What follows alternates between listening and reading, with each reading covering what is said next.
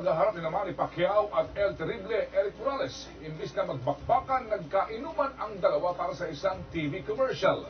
Nagpapatsok si Dayan Castillejo. Let's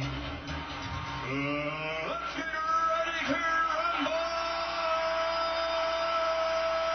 Kilalang magkaribal sina Manny Pacquiao at Eric Morales sa ibabaw ng ring, parang mga tigre na gustong tapusin ang isa't isa.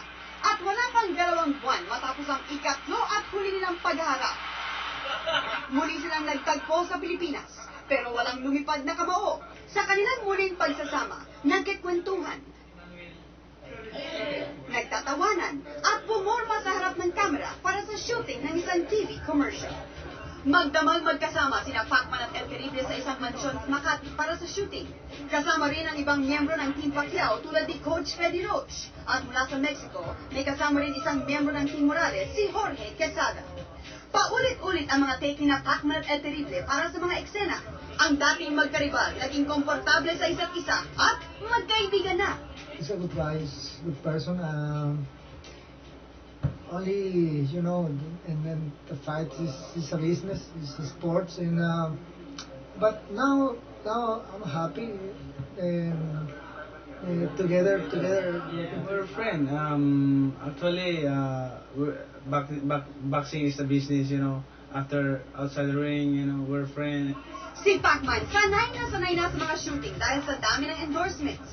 Si Morales, nakagawa na rin commercial sa Mexico. Coach niya para sa shooting dito ang kanyang asawa na si Andrea. Ayon sa direktor, magaling na talent ang mga boksingero. Very directable. Because you just have to ask them to be themselves.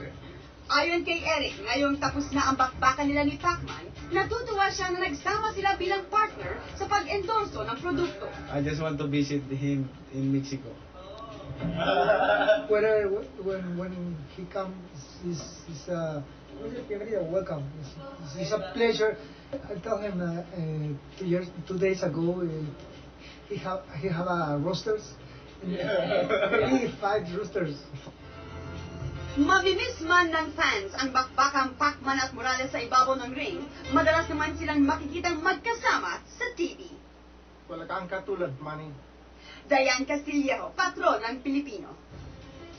Panoorin po ang eksklusibong mga eksena ni Manny Pacquiao at Eric Morales sa kanilang paghaharap sa Pilipinas sa Sabado sa Sports Unlimited pagkatapos ng Sabado Movie Craze.